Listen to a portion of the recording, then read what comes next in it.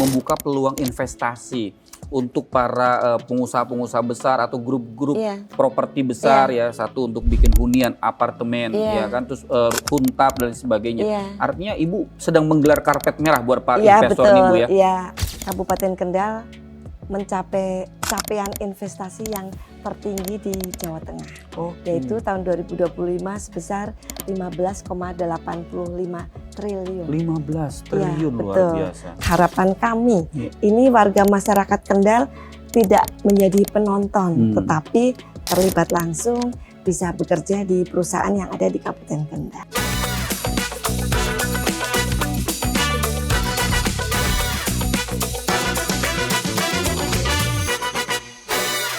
Ya, selamat datang di podcast Relasi, Regulasi, dan Aspirasi.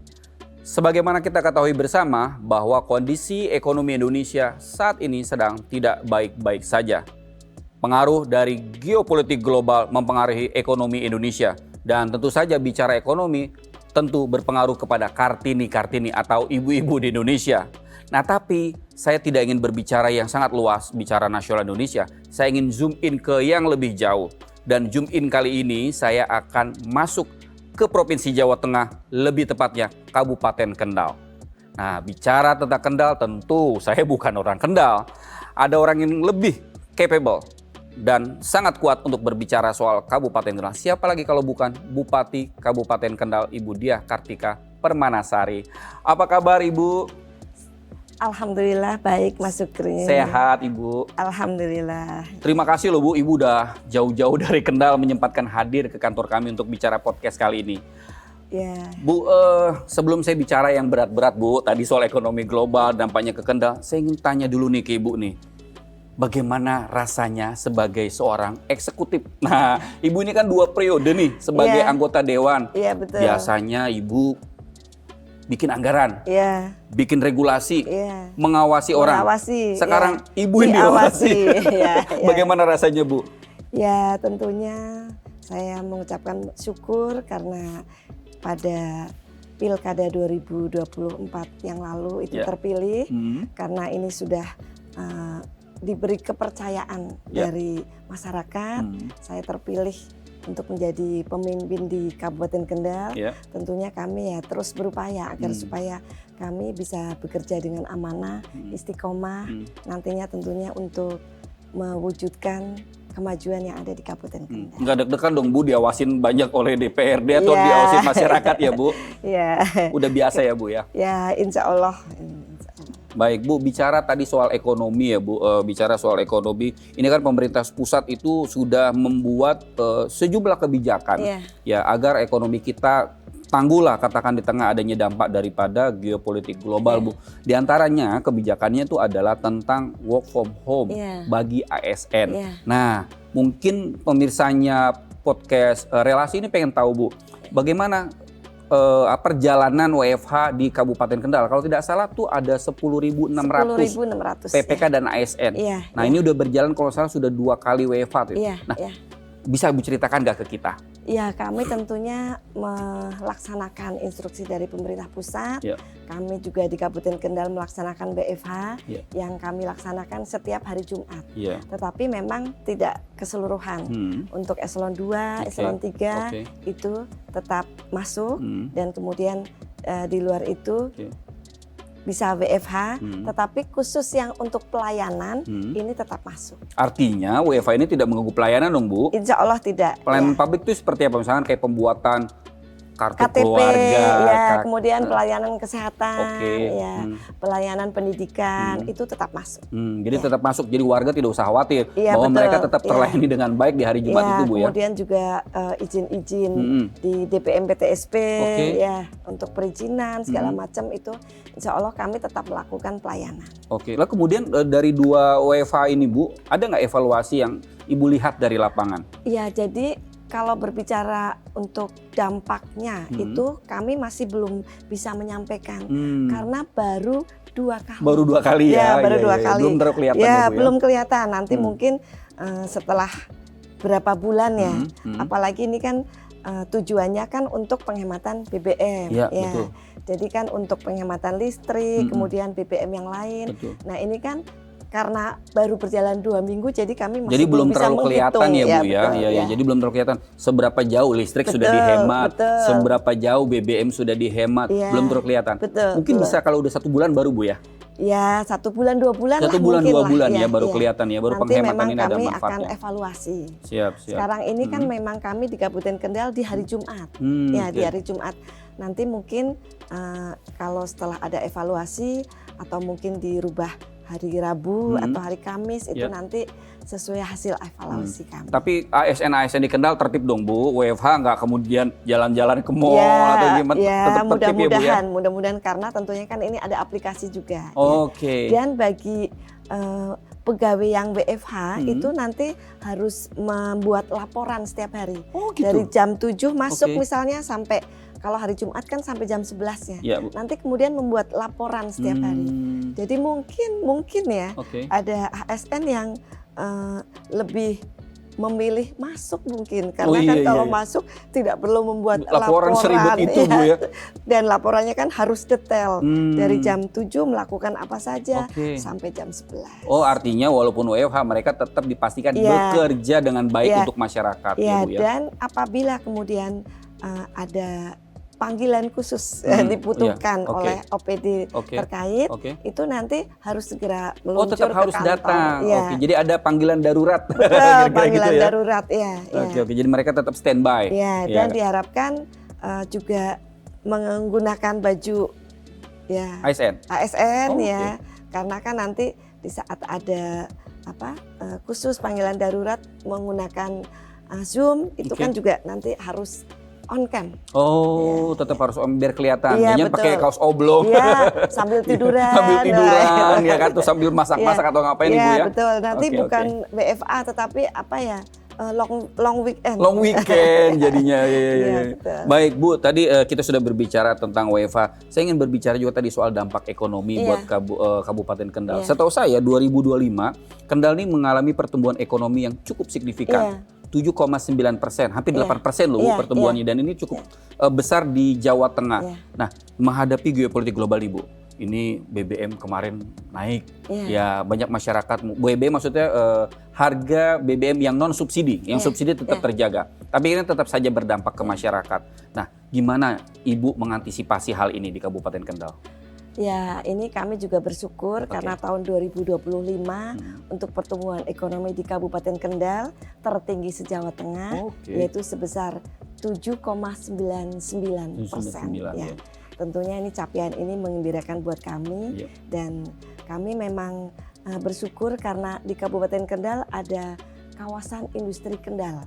Itu yang telah ditetapkan. KIK Kendal ya Bu ya? Ya, KIK Kendal yang ditetapkan menjadi kawasan ekonomi khusus pada tahun 2019 bulan Desember melalui PP nomor 85 tahun 2019. Memang untuk dampak yang kami rasakan yang terkait untuk adanya pertumbuhan ekonomi itu karena adanya kawasan industri Kendal. Salah satunya kawasan industri ini memiliki sumbangsi besar. Kontributor yang tertinggi itu karena adanya kawasan industri Kendal. Jadi artinya dari adanya kawasan industri Kendal ini membuat masyarakat di Kendal itu bisa bekerja lebih dekat. Tidak perlu ke kota yang lain atau ke Jakarta Ibu ya. Perusahaan yang ada di Kendal sekarang itu per tahun 2025 258 perusahaan. 258. Dan yang terbesar yang ada di kawasan industri Kendal itu. Dari 258 tenan yang ada, artinya bisa menyerap ribuan pekerja dong dari masyarakat ya. Betul. Khusus di KIK ini sekarang menyerap 65.000. 65.000. Dan dampaknya ya cukup bagus untuk TPT di kami. Tahun 2025 ini juga untuk tingkat pengangguran terbuka di Kabupaten Kendal menurun dibanding tahun sebelumnya. Nah, kemudian Bu, ini kan ada 200-an tenan yang butuh karyawan. Nah, ada kendala nggak Bu dalam hal SDM, penyiapan apa yang dibutuhkan industri di sana? Terus apa kira-kira antisipasi dari kabupaten? Jadi untuk kebutuhan tenaga kerja yang dibutuhkan di perusahaan-perusahaan yang ada di Kendal, tentunya kan dibutuhkan SDM yang unggul. Kami untuk mempersiapkan SDM tersebut tentunya ada berbagai program yang kami laksanakan dari Dinas Tenaga Kerja, tentunya ini ada program-program, salah satunya itu untuk sekolah vokasi. Ya, jadi link and match antara kebutuhan industri kebutuhan yang dibutuhkan oleh industri-industri yang ada di perusahaan. Kemudian kami juga adanya revitalisasi BLK, karena tentunya harapan kami ini warga masyarakat Kendal tidak menjadi penonton, tetapi terlibat langsung bisa bekerja di perusahaan yang ada di Kabupaten Kendal. Jadi secara tidak langsung selain mendapatkan ekonomi, mendapatkan knowledge juga, iya betul, skill juga, itu yang didapatkan mereka Bu ya. Ya, dan kami juga bekerja sama dengan perusahaan-perusahaan yang ada di KIK. Ya, jadi nanti untuk para narasumbernya yaitu jika ada pelatihan-pelatihan itu langsung dari perusahaan-perusahaan yang nantinya akan mempekerjakan mereka. Betul. Dan kami juga ada MOU dengan perusahaan-perusahaan. Nanti setelah selesai pelatihan itu sudah langsung bekerja. Ada kerjasama penempatan di perusahaan tersebut. Berarti artinya masyarakat Kendal yang bekerja, yang sekolah di SMK ini udah dipersiapkan dong Bu? Iya betul. Ya. Udah dipersiapkan untuk kerja di KIK Kendal. Jadi nggak perlu lagi nih ke tetangga sebelah atau ke Jakarta gitu kan. Nah, ini membuat Kendal jadi lebih maju mencapai 7,99%. Insya Allah mudah-mudahan meningkat terus. Amin, semoga Kendal terus maju. Dan kami juga ada program untuk beasiswa Satu Desa Satu Sarjana. Satu Desa Satu Sarjana, gimana itu? Tetapi untuk masyarakat yang kurang mampu dan berprestasi. Kami juga berkolaborasi dengan KIK, kemudian juga perusahaan-perusahaan yang ada di Kendal, BUMD, BUMN, kemudian Basnas, karena adanya pengurangan TKD dan adanya efisiensi di pemerintah daerah, kami tentunya kan kami tidak mungkin bisa membiayai untuk beasiswa tersebut. Nah, otomatis kami kemudian melakukan terobosan inovasi dengan berkolaborasi, bersinergi dengan berbagai stakeholder untuk mewujudkan pembiayaan bagi para siswa-siswi yang artinya ada di perusahaan-perusahaan ini mungkin ada CSR-nya. Iya, betul. Buat membiayai pendidikan satu desa, satu sarjana. Tapi bagi yang kurang mampu. Dan di kawasan industri Kendal ini kan ada salah satu Politeknik Furnika. Furnika apa itu, Bu? Jadi perkayuan. Perkayuan. Perkayuan. Kebetulan itu miliknya Kementerian Perindustrian. Ya. Saat pertama kali dibuka memang free, tetapi sekarang sudah ada biaya. Sudah ada biaya. Kami juga termasuk juga bekerja sama dengan Polifurnika. Nanti kemudian ada kelas khusus. Jadi beasiswa siswa-siswi yang mendapatkan beasiswa dari kami itu tidak dicampur dengan siswa-siswi yang reguler, tetapi khusus dari pemerintah Kabupaten Kendal. Ada yang D1, kemudian ada yang D3, dan itu nantinya setelah lulus dari Polifurnika itu sudah banyak perusahaan yang menerima. Jadi artinya sudah dari hulu sampai hilir sudah disiapkan nih Bu oleh kabupaten Bu agar mereka bekerja di KIK tidak perlu lagi ke kota. Nah kemudian Bu, ini kan bicara KIK, tentu saja selain tenaga kerja lokal, ada juga tenaga kerja asing di sana, cukup banyak juga ya Bu ya di sana ya. Kalau tidak salah ada sampai belasan ribu ya Bu ya, kalau saya tidak salah. Ada berapa tempat Ibu di sana? 2000. Ada 2000 ya, sorry. TKA, ada 2000 TKA-nya ya. Nah, kemudian dari 2000 itu kan tentu saja mereka butuh ketika bekerja di sana butuh hunian, butuh hiburan segala. Apakah itu sudah ada di Kabupaten Kendal?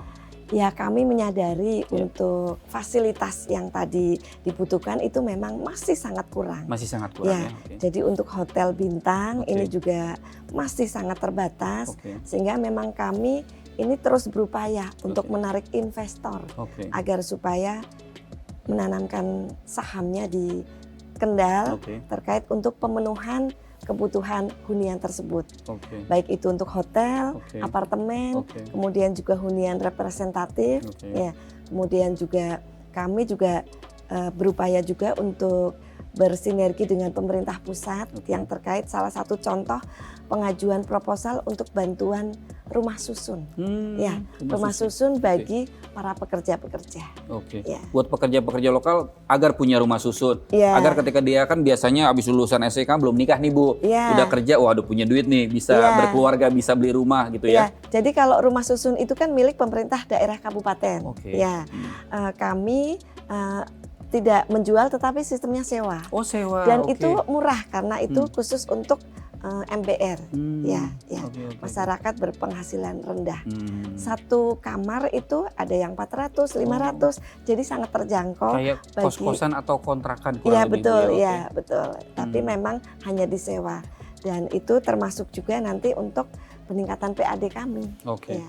Nah, bicara tadi Ibu bilang membuka peluang investasi untuk para pengusaha-pengusaha besar atau grup-grup properti besar ya, satu untuk bikin hunian, apartemen ya kan, terus huntap dan sebagainya. Artinya Ibu sedang menggelar karpet merah buat para investor nih Bu ya. Iya.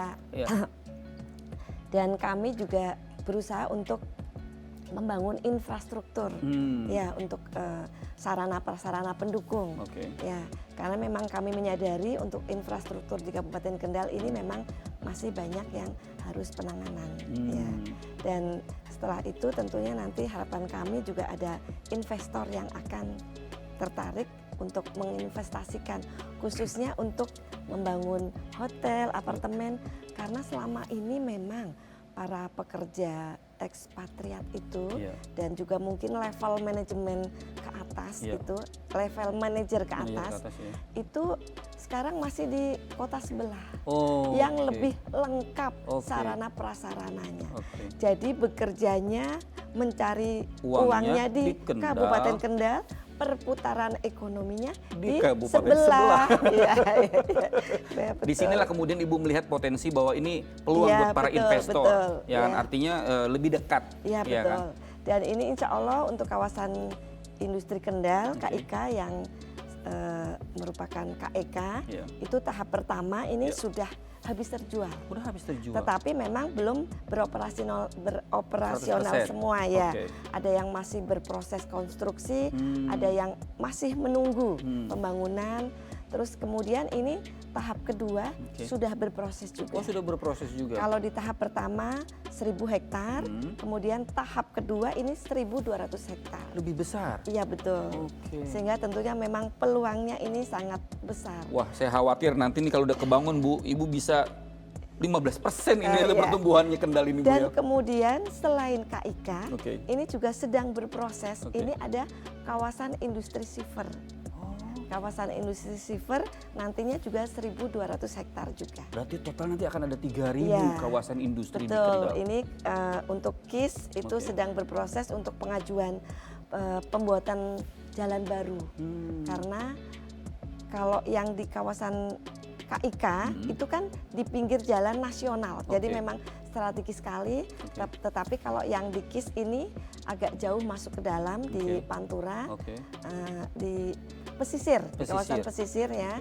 Jadi memang kondisi infrastruktur jalan yang sekarang ini masih belum memadai, masih terlalu kecil, kemudian kelak-keloknya masih terlalu banyak ya. Dan ini sedang berproses pengajuan ke pusat untuk pengajuan jalan baru. Jadi tugasnya Menteri PU nanti Ibu betul, Semoga Menteri PU melihat dan mendengar agar ini sedang gerakan diajukan menjadi PSN agar tentunya nanti pembiayaan nanti bisa melalui Elman. Oke, berarti kalau saya dengar-dengar rencana Ibu yang luar biasa ini, sebenarnya teman-teman Gen Z nggak usah khawatir cari kerja ke luar negeri ya Bu ya, apalagi terutama di Kendal ya Bu ya. Artinya kan kalau misalkan udah ada 3.000, nanti akan ada ratusan tenan yang masuk di sana. Ini sebuah peluang yang sangat besar bagi para Gen Z. Itu Bu ya. Baik, Ibu tadi kan kita berbicara soal pertumbuhan ekonomi Kendal yang luar biasa 7,99% yang kemudian itu ditopang oleh KIK Kendal. Nah, saya ingin tahu selain itu apa prestasi lain yang sudah Ibu capai di masa periode pertama Ibu ini? Ya, kami bersyukur adanya kawasan industri yang ada di Kabupaten Kendal karena ini memberikan multiplier efek bagi kami, termasuk prestasi yang lain. Adanya Kabupaten Kendal mencapai capaian investasi yang tertinggi di Jawa Tengah, Oke. yaitu tahun 2025 sebesar 15,85 triliun. 15 Iya, triliun luar betul. biasa. Sehingga tentunya ini juga nantinya dampaknya bagi pertumbuhan ekonomi kami itu ya sangat banyak sekali. Ini terbesar pertama atau keberapa Bu di Jawa Pertama di Jawa Tengah. Tengah? Pertama di Ya, Jawa Tengah pertama di Jawa 15 triliun. Tengah. Wow, luar Ya, biasa. ya. Iya. Nah, ini akan meningkat lagi ke depannya, Bu. Ya, insya Allah karena saya tadi sampaikan untuk tahap kedua kawasan Iya, industri tadi ada Kendal yang ini, kedua, ya. ya itu sedang berproses. Kemudian ada kawasan industri yang lain, Oke. karena memang dari Bapak Gubernur kami Oke. menyampaikan untuk masing-masing daerah itu untuk membangun kawasan industri. Karena kawasan industri membuka peluang investasi, Betul. investasi masuk, Iya. pekerjaan bertambah. Betul. Kemudian Dan kalau PPT pekerjaan bertambah, kemudian Iya. spending, ya banyak sekali pajak naik dampaknya, ya Bu ya. betul. TPT berkurang, Oke. angka kemiskinan juga menurun, Oke. ya, dan masih banyak dampak positif Dan ke depan yang lainnya. Kendal mendekati kesejahteraan. Kurang lebih Amin, seperti cita-citanya. alhamdulillah, Selain investasi, pertumbuhan investasi dan kemudian ekonomi, ada prestasi lain yang sudah Ibu capai dalam rangka hampir 1 tahun lebih lah ya menjabat sebagai Bupati. Ya sebetulnya banyak ya? penghargaan-penghargaan yang kami terima. Oke. Tapi nggak akan cukup kayaknya kalau kita Ya, habiskan di podcast betul, ini. ya. Nanti harus ada podcast yang Ya, kedua dan ya. ketiga untuk ngebahas apa saja yang sudah ada di Kendal. Baik, saya ingin mempercepat ini dengan karena ini bertepatan dengan Ya. Kartini. Ya. Ibu kan juga seorang perempuan yang sukses menjadi kepala daerah. Dalam catatan kami itu ada sekitar 41 kepala daerah perempuan di Indonesia. Ya. Lalu kemudian di Jawa Tengah itu ada 9 pemimpin perempuan di Jawa Tengah dan Ibu salah satunya. Ya. Menurut Ibu atau dalam kacamata Ibu, apa makna dari Kartini? Ya, saya termasuk bersyukur ini Ya. karena termasuk menjadi salah satu dari 9 pemimpin yang ada di Jawa Tengah. Jawa Ibu. Tengah. Oke. Ya, terkait untuk momen Hari Kartini Iya. tanggal 21. Iya. Sekarang tanggal berapa ini? Sekarang baru tanggal Berarti beberapa hari lagi. Bu ke depan. Beberapa hari lagi. Ini tentunya merupakan momen yang istimewa buat para perempuan-perempuan yang ada di Indonesia ini. Iya. Karena 21 kita peringati sebagai bentuk penghargaan pada pahlawan kita, yaitu Raden Ajeng Kartini. Iya. Dengan kecerdasan beliau, keberanian beliau, Iya. kemudian bisa memberikan emansipasi wanita. Dan sekarang ini banyak sekali perempuan-perempuan yang bisa berkarya, Betul. berprestasi, sukses. Ini juga tentunya berkat jasa-jasa dari Raden Ajeng Kartini. Ya. Artinya bahwa peluang bagi perempuan di Kabupaten Kendal juga sangat besar. Iya betul. Ya harapan kami kepada perempuan-perempuan Indonesia ini tentunya juga untuk terus meneladani dari perjuangan Raden Ajeng Kartini dan tentunya harus terus menatap ke depan. Ya.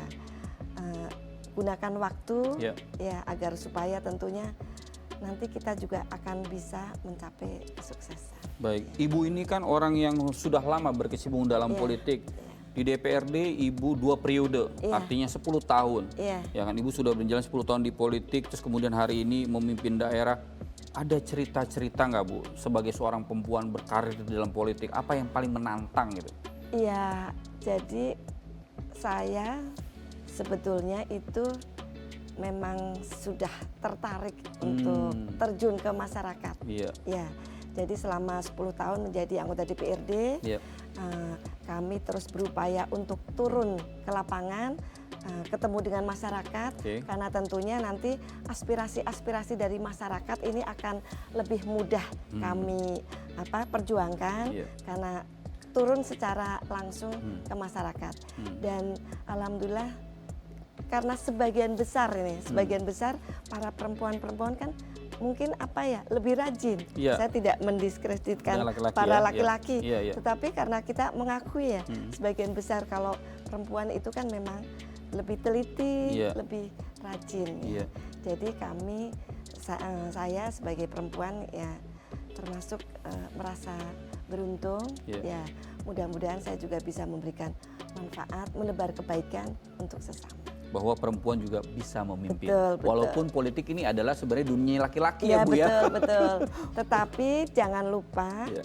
walaupun banyak sekali perempuan-perempuan yang berprestasi, Ya. mungkin waktunya juga untuk keluarga terbatas, tetapi tidak bisa meninggalkan Fitrahnya ya. sebagai seorang perempuan. Betul, Pada ya. akhirnya perempuan adalah tetap sebagai penjaga rumah tangga, Betul. tetap berkarir, tetap menjaga Betul. keharmonisan keluarga. Jadi mungkin kami itu para perempuan itu agar bisa lebih menjaga untuk kualitas dibanding kuantitas, bertemu bersama-sama, bercengkrama dengan keluarga. Jadi ibu tetap walaupun kuantitas ibu kebanyakan di politik, Betul. tapi kualitas ibu tetap sama keluarga. Iya, betul, Oke, betul, baik. ya. Ibu terakhir ada nggak pesan buat para Kartini muda nih, Ya. atau Gen Z perempuan ini di luaran sana ketika melihat sosok ibu, tentu saja sebagian besar menjadikan ibu sebagai inspirasinya.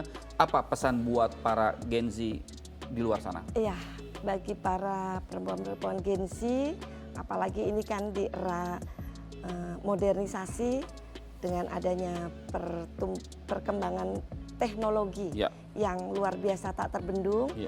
sehingga harapan kami juga mari gunakan teknologi informasi ini Ya. sebaik mungkin Ya. untuk belajar, ya, untuk terus meningkatkan kapasitas diri kita Oke. dan gunakan waktu sebaik mungkin.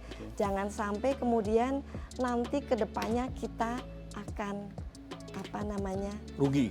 Oke, ya, betul. menyesal, Menyesal, ya, betul.